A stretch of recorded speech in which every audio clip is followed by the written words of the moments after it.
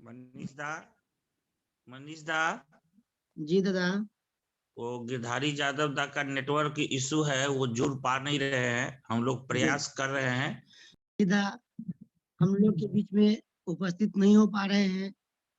तब तक के लिए इस प्रसंग के लिए मैं डॉक्टर प्रेम प्रकाश दा से निवेदन करता हूं कि वे आए और अपनी जो भी बिंदुएं हैं, बातें हैं ठाकुर अनुकूल चंद के बारे में हम लोगों के बीच साझा करे।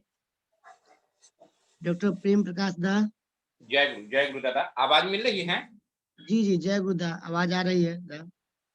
वंदे पुरुषोत्तमं वंदे पुरुषोत्तमं वंदे पुरुषोत्तमं वंदे लोकतिलकं शाश्वत वार्ता विभूषणम् अमर प्रत्युषारणं प्रबद्धं लोकजीवनं प्रणय प्रमत्तयाग दीपनं वंदे जीवन जीवनं सत्पुरुषं ब्रह्म मार्ग प्रदर्शकं प्रेम भक्ति विनायकं शांति स्वस्ति विधायकं आचार्य प्रवरं नौमि मूकं करोति वाचालं पंगुलंघयति गिरिं यत्कृपातमहं वंदे परमानंद माधवं। परम प्रेम में परम दयाल श्री ठाकुर अनुकूल चंद जी, परमाराध्या लक्ष्मी स्वरूपा श्री वर्मा, परम पूज्यपाद श्री बौरदा, परम पूज्यपाद श्री दादा, परम पूज्यपाद श्री आचार्य देव, पूजनीय अमीनदा सहित समस्त ठाकुर परिवार के चरणों में मेरा कोटि कोटि नमन। आज के इस ऑनलाइन सत्संग में उपस्थित समस्त इष्ट प्राण दादा, माँ, पवित्र पंजा करबी दादा, सभी को मेरा रानंदित जय गुरु। मैं एक अति साधारण व्यक्ति हूँ और मुझ में वो कोई सामर्थ्य नहीं है कि अनंत गुणों के मालिक नारायण, स्वयं नारायण स्वरूप अपने प्रभु के विषय में एक भी शब्द का उच्चारण कर सकूं। किंतु यदि उनकी कृपा हो, यदि वो स्वयं मेरे जिह्वा पे विराजमान हो, तभी यह कार्य असंभव का सा कार्य यह संभव हो सकता है। मैं सर्वप्रथम अपने माता पिता के चरणों में नमन करते हुए अपनी बात को रखने का प्रयास करूंगा और आपसे निवेदन करूंगा जो चालक महोदय हैं कि जब हमारे जो डेजिग्नेटेड हमारे स्पीकर जब आ जाएं तो मुझे एक बार बता देंगे, हम लोग उनको सुनने के लिए आतुर हैं। जय गुरुदेव। आज हम सभी जिस परिवेश में जी रहे हैं, हम देख पा रहे हैं कि जो यंग जनरेशन है वो अपने मार्ग से डेविएट होते चला जा रहा है। वो तरह तरह की कुसंगतियों में पड़ के व्याभिचार, दुराचार, पापाचार में लिप्त होते चला जा रहा है और एक ऐसी स्थिति को प्राप्त कर रहा है, ले रहा है, जिससे कि फिर बचा पाना संभव नहीं हो पाता है। हमको इस युवा पीढ़ी को बचाना होगा। आखिर ऐसा क्यों हो रहा है? यह कोई जेनेटिक फैक्टर नहीं है जिसके कारण ऐसा हो रहा है। यह ऐसा इसलिए हो रहा है क्योंकि हम जो परिवेश दे रहे हैं बच्चों को, उसमें कहीं ना कहीं चूक रह जा रही है। हम बच्चों को, अपने घर में बच्चों को ठाकुर जी से युक्त नहीं कर पा रहे हैं। जब हम अपने बच्चों को ठाकुर जी से युक्त करेंगे, उसकी ससमय दीक्षा हम लोग करवाएंगे और फिर हम सुविवाह को आत्मसात करेंगे, तो ये जो दीक्षा, शिक्षा और सुविवाह का जो क्रम है, यदि ये मेंटेन होगा तो मैं समझता हूँ निश्चित रूप से हमारे बच्चे वो किसी भी तरीके से कुपथगामी नहीं होंगे, व्यभिचार के शिकारी नहीं होंगे। हम घर में जब एक बच्चा आता है तो उसका दिमाग एक कोरे कागज की तरह होता है, उस पर हम जो भी चाहें वो लिख दें, जो लिख देंगे उसी तरीके से उसका भविष्य का निर्माण होगा, उसी तरीके से वो समाज के लिए उपयोगी या अनुपयोगी होगा। जब हम दीक्षा प्राप्त करके शिक्षा को ग्रहण करते हैं, तो ये दीक्षा एक शारीरिक ढांचा, जिसको हम लोग स्केलेटन कहते हैं। तो ये एक फ्रेमवर्क होता है। जब वो फ्रेमवर्क तैयार हो जाता है तो उस पे जो भी मांसपेशियां या जो भी ऑर्गन्स डेवलप होते हैं, वो जो फंक्शन करते हैं वो प्रॉपरली फंक्शन करते हैं। तो सबसे पहले हमको अपने घरों में जो बच्चे हैं उनको शुरुआत से ही हमको ठाकुर जी की भावधारा से उनको जोड़ने की जरूरत है। उनके साथ बैठ करके ठाकुर जी की बातों को कहने की जरूरत है। उनसे ठाकुर जी की जो कहानियां हैं उनको उनके सामने रखने की जरूरत है। और जब वो बच्चा 12 वर्ष का हो जाता है, यथाशीघ्र जितना जल्दी संभव हो उसकी दीक्षा हम लोगों को करवानी चाहिए। क्योंकि होता क्या है, जिस तरह एक पौधा जब छोटा होता है उसे जब हम लगाते हैं तो उस पे खतरा होता है कि जानवर, कुछ बाह्य शक्तियां उसको, उसके अस्तित्व को बर्बाद कर सकती हैं। इसलिए हम उसके चारों तरफ एक घेरा बनाते हैं, सुरक्षा घेरा बनाते हैं। ठीक उसी तरीके से जब बच्चा छोटा होता है, जब वो पेरेंटल केयर में होता है, माता पिता के संरक्षण में होता है, तब तक तो हम मान सकते हैं कि उसकी परवरिश कुछ हद तक गार्डेड होती है। लेकिन जब वो बच्चा एक्सटर्नल एनवायरनमेंट को एक्सपोज होता है, स्कूल जाता है, अपने इष्ट मित्रों से मिलता है, तब उस पे बहुत जो एडवर्स फैक्टर्स हैं उसके इफेक्ट होने की संभावनाएं काफी बढ़ जाती हैं। जैसे कोई बच्चा यदि स्कूल जाया गया, मित्रों से मिला, तरह तरह की चर्चाएं हुई, किसी ने कहा सिनेमा देखना है, किसी ने कुछ कहा, किसी ने कुछ कहा, तो ये जो एडवर्स जो फैक्टर्स हैं उस पे वो होने की संभावना होती है। प्लस हमारे प्रभु ने कहा है 12 वर्ष में दीक्षा। क्यों 12 वर्ष में कहा? क्यों 10 नहीं कहा? क्यों 13 नहीं कहा? क्यों 14 नहीं कहा? यदि साइंटिफिकली इसको हम यदि सोचने का प्रयास करें तो 12 वर्ष में, जिसको कि हम लोग adolescent phase of the life कहते हैं, हमारे शरीर में बहुत सारे हार्मोन्स नए नए रूप में आते हैं और उनका सर्ज होता है। इस सर्ज से क्या होता है कि वो उसमें तरह तरह की उत्तेजनाएं डेवलप होती हैं। और यदि इस पर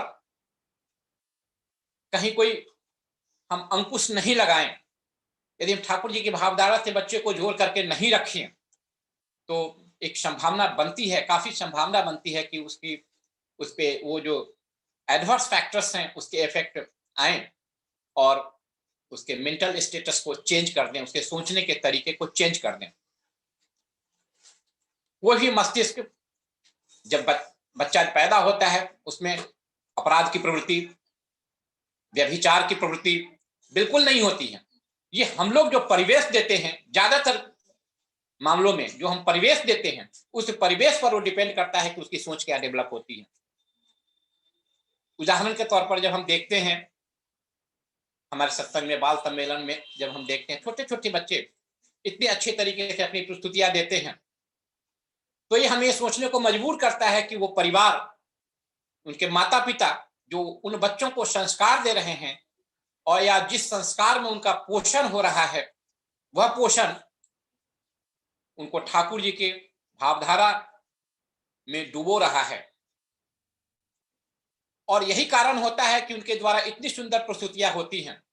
हमारे अजितेश सिसोदिया हैं, मात्र 4 साल की उम्र में इतना सुंदर ध्वनि और आह्वानी करते हैं। मैं एक एग्जाम्पल दे रहा हूं, क्यों 4 साल में यह इतना उनमें इतनी इष्टनिष्ठता आ रही है। जब 4 साल में इस तरीके आएगी तो 12 साल जाते जाते उनकी परिवारिक जिस तरीके से हो रही है वो और ज्यादा खिल करके, वो गुलाब और खुल करके बड़ा हो जाएगा। और उसके बाद जब हम दीक्षा देंगे, सतनाम देंगे, और तब जो हम ठाकुर जी की वाणियां हैं उसको अध्ययन करेंगे, उसको आत्मसात करेंगे, उसके बाद जब हम शिक्षा ग्रहण करेंगे, 12 साल तक बेसिकली बेसिक शिक्षा होती है, जो कि ज्यादातर बच्चे घर पे रह करके ही शिक्षा ग्रहण करते हैं माता पिता के संरक्षण में। लेकिन 12 वर्ष के बाद जब वो बाहर जाते हैं और जो शिक्षा, जो भी प्रोफेशनल एजुकेशन, उनकी पढ़ाई शुरू होती है, चाहे वो जिस भी क्षेत्र में जाएं, जिस क्षेत्र की वो पढ़ाई कर रहे हों, उसका जो मिलन हमारे ठाकुर जी की भावधारा से होता है, तो उस भावधारा का मिलन जब ये हमारी जो प्रोफेशनल एजुकेशन के साथ होता है, तब उसका जो आउटकम जो होता है वो कहीं बेहतर होता है। और यही महत्व है कि दीक्षा के बाद, पहले हमें भी कंफ्यूजन था, मैं बराबर प्रश्न किया करता था कि बच्चों की पढ़ाई तो 5 साल से शुरू हो जाती है स्कूल में, लेकिन हम दीक्षा की बात 12 साल से करते हैं। शिक्षा की बात जहां तक है तो शिक्षा हर पल मिलती है, बचपन से मिलती है, माँ बाप शुरू में देते हैं गुरु बन करके, फिर कॉलेज में आ जाते हैं, और मैं कहता हूं कि हर व्यक्ति अपने अंतिम सांस तक एक छात्र रूप में ही होता है। तो शिक्षा का कोई किसी फ्रेमवर्क से हम इसको या किसी टाइम फ्रेम से इसको हम नहीं बांध सकते हैं। हाँ, आज की दुनिया में हम शिक्षा को जो प्रोफेशनल एजुकेशन की बात हम करते हैं, कोई डॉक्टरी का करते हैं, कोई इंजीनियरिंग की करते हैं, कोई किसी फील्ड की पढ़ाई करते हैं, जिससे कि हम हमारा जीवन चले, जिससे कि हम अपने जो बेसिक नीड्स हैं उसको हम पूरा कर सकें। तो इसकी जो हम पढ़ाई करते हैं, हम उसकी बात हम कर रहे हैं कि यदि दीक्षा करने के बाद वो प्रोफेशनल एजुकेशन जब हम पढ़ते हैं, लेते हैं,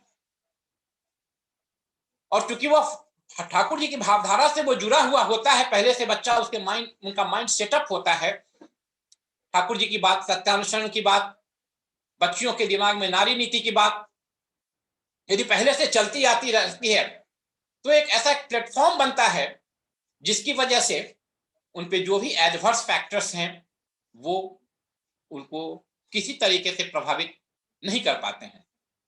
क्योंकि मैं एक चिकित्सा प्रोफेशन से हूं और विभिन्न घटनाओं को अध्ययन करने का मुझे मौका मिलता है, सोचने पे कभी कभी मजबूर होता हूं कि आखिर कोई व्यक्ति इतना विकृत मानसिकता का कैसे हो सकता है कि किसी की जान लेने पे उतारू हो जाए, किसी की हत्या करने पे उतारू हो जाए। अभी हम देख रहे थे एक छोटे बच्चे की हत्या किस तरीके से की गई, हृदय कांप जाता है, मन विचलित हो जाता है, और तब सोचने को मजबूर हम हो जाते हैं कि आखिर ऐसा हुआ क्यों। ऐसा इसलिए हुआ क्योंकि कहीं ना कहीं से उनके पेरेंटल केयर में कमी रही होगी कि उन्होंने आपराधिक प्रवृत्ति को आत्मसात किया।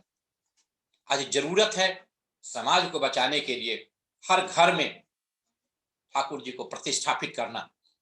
जन्म के बाद 12 वर्ष तक वो बच्चा अपने पिता के संरक्षण में, माता के संरक्षण में रहता है, और जो ठाकुर जी की भावधारा को उसको हम जब देते हैं और फिर जब समय से दीक्षा दिलवाते हैं, तब ये आउटकम समाज के लिए भी उपयोगी होता है, देश के लिए भी उपयोगी होता है।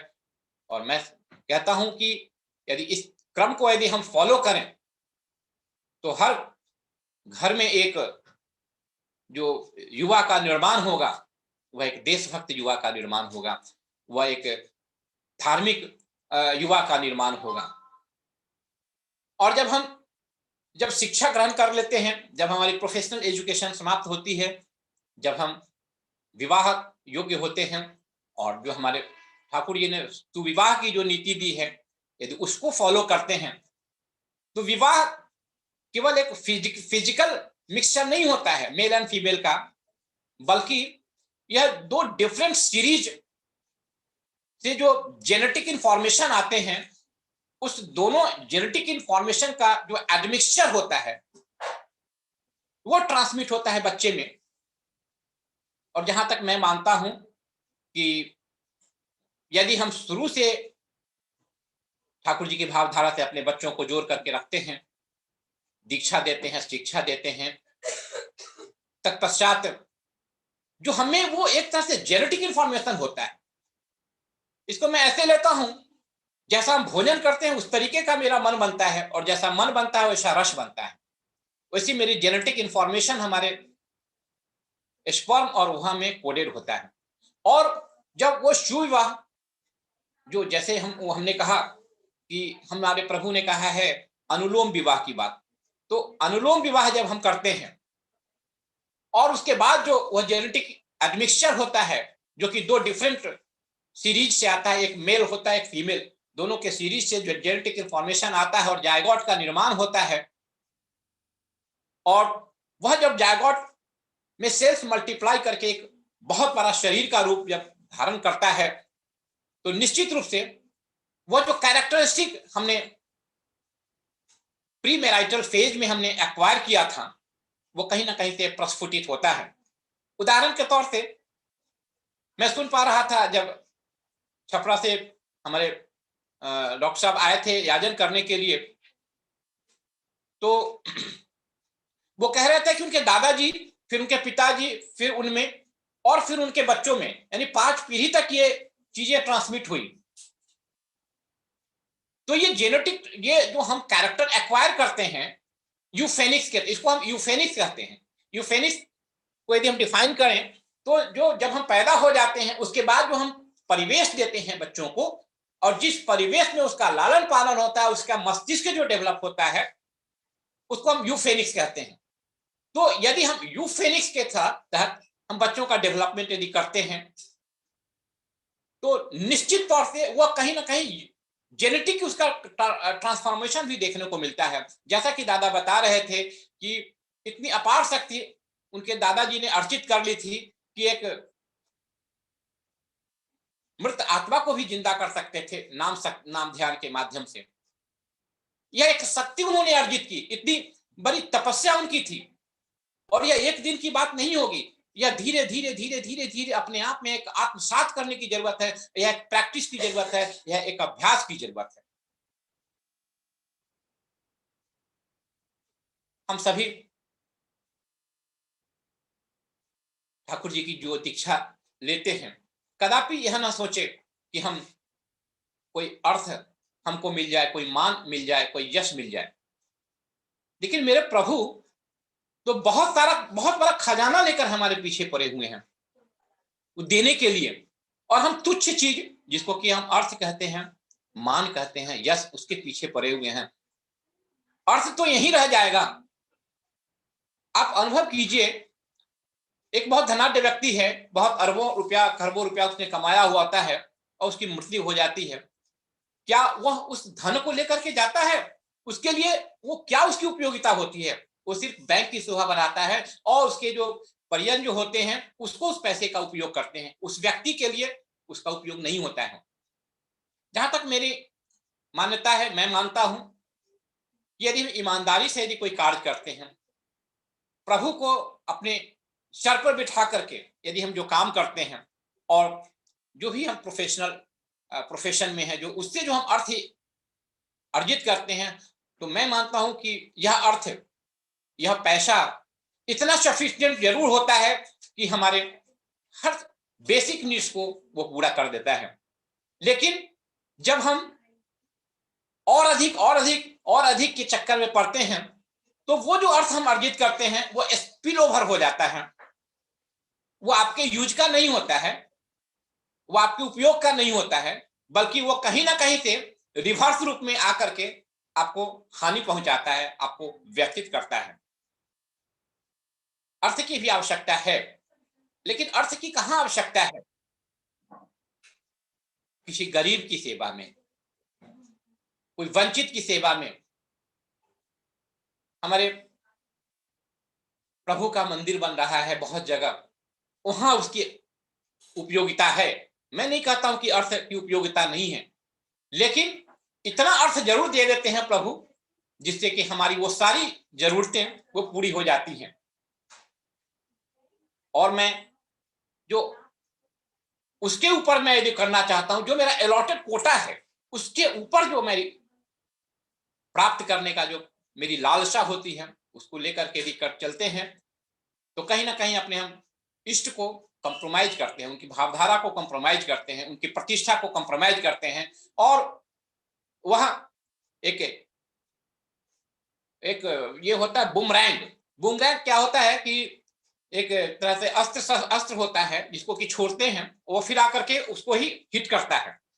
तो इसी तरीके से यह जो मेरी अधिक धनलोलुपता जो होती है, वो मुझको फिर बैक में आकर के हिट करके और मेरा सर्वनाश कर देती। दादा यदि समय हो तो आप बताएंगे हमको, हिंट कर देंगे एक बार, मैं स्टॉप हो जाऊंगा। आप 7:50 तक कंटिन्यू कीजिए, 7:50 तक। जी धन्यवाद। तो केवल बात क्या बन जाएगी दीक्षा ले लेने से ही? नहीं, दीक्षा को लेकर के जो ठाकुर जी की वाणियां हैं उसको अपने अंदर नित्य अध्ययन करके और अपने अंदर का जो ठाकुरत्व है उसको जागृत करने की जरूरत है। अपने उस अटैचमेंट को हमको डेवलप करने की जरूरत है। वो जो बॉन्डिंग है, वो जो बंधन है प्रभु से, उसको जितना गाढ़त्व हम करें, जितना हम गाढ़ा करें उतना ही अच्छा है। सत्यांतर में भी कहा गया है कि भक्ति का गाढ़त्व ही प्रेम है। जब हम प्रभु से भक्ति करते हैं, उनके प्रति इष्टप्राणता जागृत करने का प्रयास करते हैं, और ये एक दिन में नहीं होता है, ये एक्सरसाइज होता है, प्रैक्टिस होता है। हर डॉक्टर कहता है कि हम प्रैक्टिस करते हैं। यही हमारी भी यही प्रैक्टिस होती है, और यह प्रैक्टिस जीवन के अंतिम क्षण तक, अंतिम सांस तक चलती रहनी चाहिए, क्योंकि इसके बाद ही हमें इष्टप्राणता जब जागृत होगी तब में हम जब प्रेम की जागृति होगी, जब हम उसमें हम लव अफेक्शन जब हमसे ठाकुर जी के प्रति जुड़ाव होगा, तब हम उनकी हर एक चीजों को पसंद करने लगेंगे। उनकी जो पसंद होगी वो हमारी पसंद होगी, और तब ये हम में भाव डेवलप होगा, सिया राम मैं सब जग जानी, करु प्रणाम जोरी जुग पानी। तब हम मुझे हर कण में प्रभु का वास दिखाई देगा, हम उसको महसूस कर पाएंगे। यह मानव जीवन बड़ा अनमोल है, और यह मानव जीवन ऐसे ही नहीं मिला है। 84 लाख जोनियों में दर दर भटकने के बाद, तरह तरह की यातनाएं सहने के बाद जब ये मानव जन्म प्रभु ने दिया, हमने बहुत मनुहार किया कि प्रभु मैं असीम कष्ट में हूं।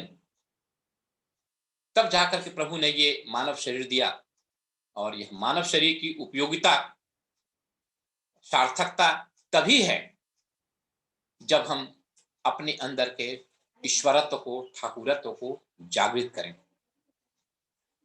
यदि हम ऐसा नहीं कर पाते हैं तो यह जीवन भी व्यर्थ है। और हमारे ठाकुर जी ने तो बहुत आसान विधान दे दिया, यजन याजन इष्टवृत्ति स्वस्थैनी और सदाचार। यजन, जब हम यजन का मतलब स्वाध्याय, self implementation of the ideology of the Thakur.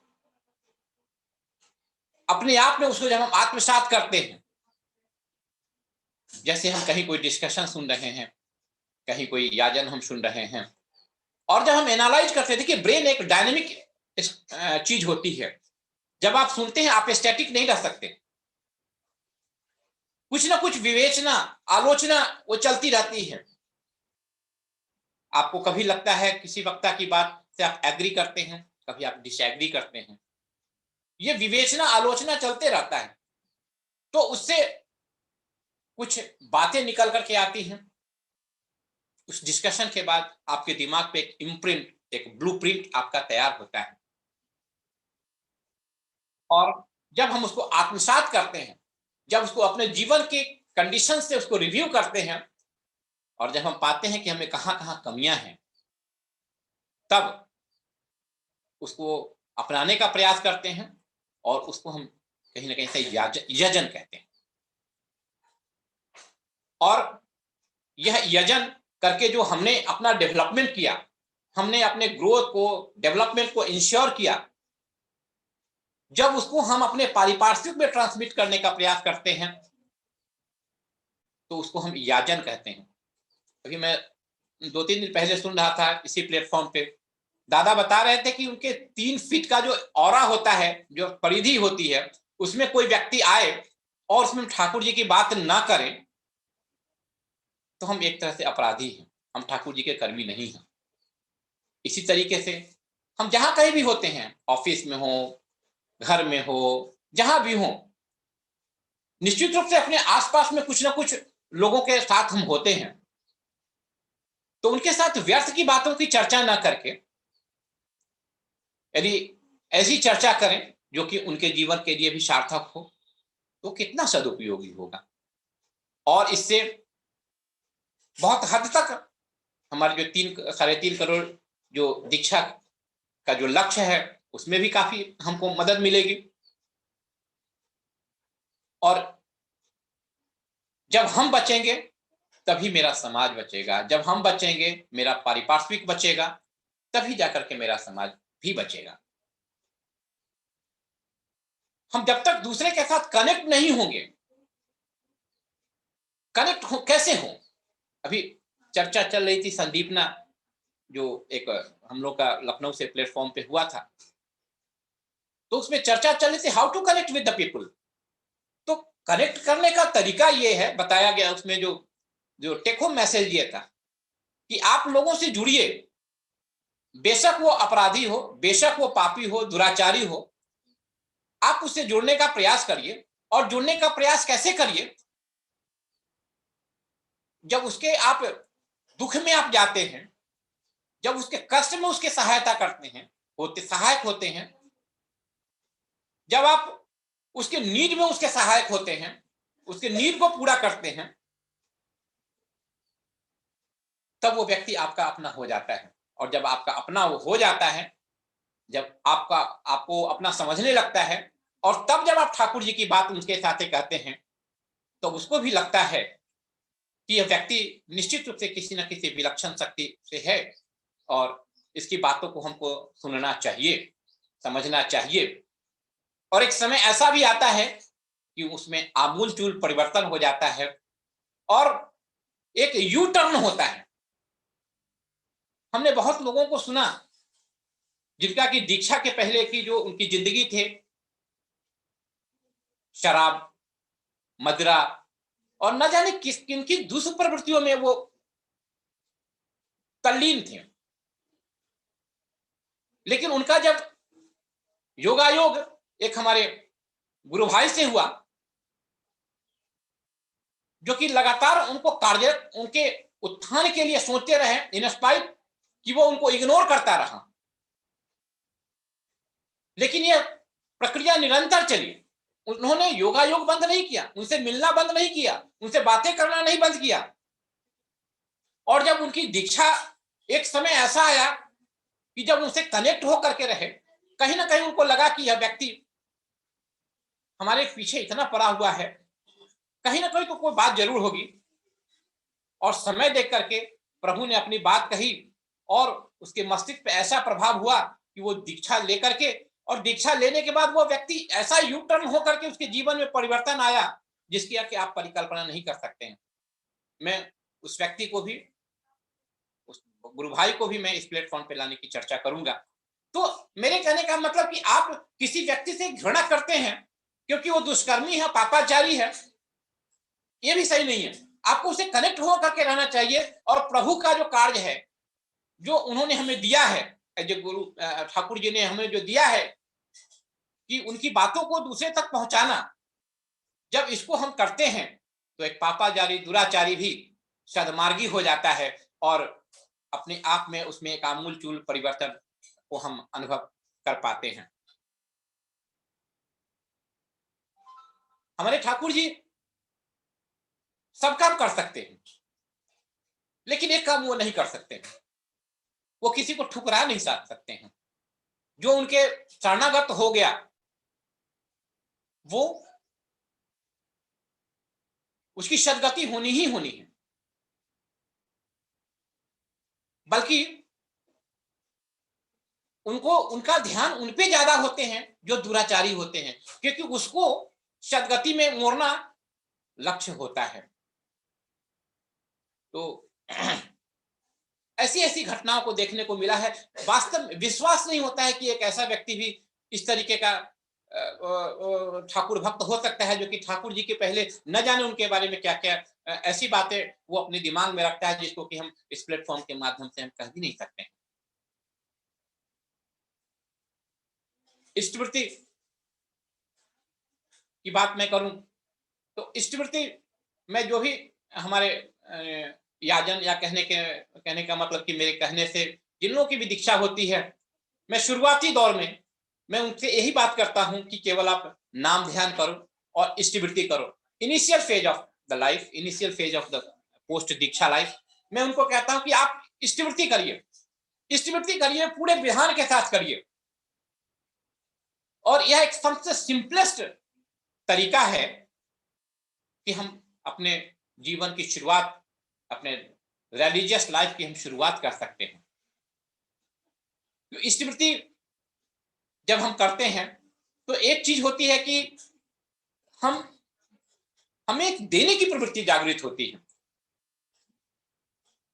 और यदि नाम ध्यान जो करते हैं तो नाम ध्यान का जो महत्व, उसकी जो अलौकिक अद्भुत जो उसकी शक्ति है, उसके बारे में तो खैर बहुत किताब भी लिखा जाए, कुछ भी किया जाए, पूरे वो संभव ही नहीं है।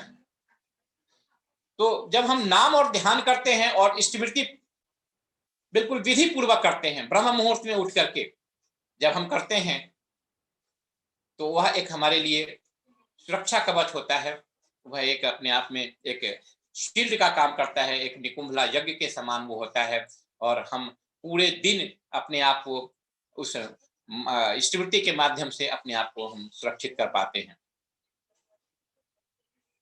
तो जब हम यह सिंपलेस्ट चीज है जिससे हमको शुरुआत करनी है, लेकिन धीरे धीरे हमको केवल क्लास 1 में ही नहीं रहना है, क्लास 2, क्लास 3, क्लास 4, क्लास 5, इस तरीके से आगे बढ़ते जाना है, प्रोग्रेस करना है। तो जो ठाकुर जी की बातों को है, इष्टवृत्ति से हम शुरू करके, नाम ध्यान से शुरू करके, एक एक जो गहराई है सत्यानुसंध की, एक एक बातें हैं, उसको अपने जीवन में आत्मसात करने का हमको प्रयास करना है, एनालाइज करना है। सत्यानुसंध में क्या नहीं लिखा है, एवरीथिंग इज रिटेन। मैं समझता हूं कि अपने आप में गीता है, अपने आप में सारी चीजों का एक निचोड़ है, जिसको कि आप अपने जीवन के हर सांस के में इसको आप अनुभव करते हैं। आप चाहे जहां कहीं भी हो, आपको परिस्थितियां चाहे वो विपरीत हो, चाहे वो अनुकूल हो, लेकिन वो आपका समाधान के लिए वो जो हमारा सत्यानुसरण है वो उपलब्ध होता है, उसकी वाणी उपलब्ध होती है। जरूरत है कि हमको आत्मसात करने की जरूरत है, जरूरत है चिंतन मनन करने की जरूरत है। किसी भी आपत्ति विपत्ति में हम हो, किसी भी एडवर्स कंडीशन में हो, हम याद करें कि हमारे प्रभु ने क्या कहा है। मैं बहुत किताबों की बात में नहीं करता, मैं बहुत पढ़ने वाला भी स्टूडेंट नहीं रहा हूं, बहुत सारी किताबों के अध्ययन का मेरी अभिरुचि भी नहीं रही है, लेकिन एक अच्छी आदत जो हम में रही है कि एक ही किताब को बार बार पढ़ना, बार बार पढ़ना, बार बार पढ़ना। तो उसी अनुभव के तौर से मैं कहता हूं कि यदि सत्यानुसंध की बातें जो भी हैं, यदि आप बार बार पढ़ेंगे, बार बार पढ़ेंगे, और उससे भी ज्यादा इंपॉर्टेंट है कि आप उसको अपने जीवन में, जीवन के हर पल में, हर सांस में उसको बसाने का प्रयास करेंगे। तब आप अनुभव करेंगे कि हमारे प्रभु हर समय हमारे पीछे सहायता के लिए उपलब्ध खड़े हैं। चीजें और भी आसान हो गई हैं इस ऑनलाइन जमाने में। जब ये ऑनलाइन सत्संग नहीं हुआ करता था, हम एक दूसरे को कहीं नहीं जानते थे कि कोई दरभंगा में है, कोई पूर्णिया में है, कोई लखनऊ में है, कोई कहीं है, कोई किसी को नहीं जानता था। लेकिन इस ऑनलाइन के जमाने में हम सभी एक दूसरे को जान चुके हैं, एक दूसरे से एक प्रेम की का जो बॉन्डिंग है, जो बंधन है, वो हम लोगों में से हम बंध चुके हैं। शायद ये ऑनलाइन सत्संग नहीं होता तो मैं तारकेश्वर दा को नहीं जानता, मैं मुरारी दा को नहीं जानता, लेकिन ये ऑनलाइन सत्संग जो एक माध्यम बना, जिसके वजह से हम एक दूसरे के साथ प्रेम पूर्वक जुड़ गए, और यह प्रेम का बंधन भी ऐसा कि मैं जहां तक समझता हूं कि एक ब्लड रिलेशन से भी ज्यादा यह बंधन है। यह जो कोरोना काल, जो हुआ, जिसने हम लोगों को एक दूसरे से जुड़ने का मौका दिया, एक दूसरे को पहचानने का मौका मिला। और ये रोज जो हम याजन सुनते हैं, यह संभव ही नहीं था ऑफलाइन जमाने में। ऑफलाइन सत्संग की अपनी विशेषताएं थी, मैं उससे इनकार नहीं करता हूं, लेकिन जो ऑनलाइन जमाने में जो इस कोरोना काल में जो हमने अर्जित किया, जो प्राप्त किया, मैं समझता हूं कि वही मेरी जथा पूंजी है।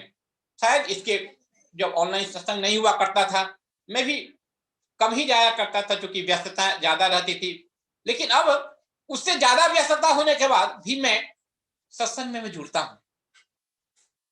ज्यादा नहीं, 2 ही बार जुड़ता हूं, कहीं 2 जाजन को सुनता हूं और सारा मैं अपना काम करता हूं।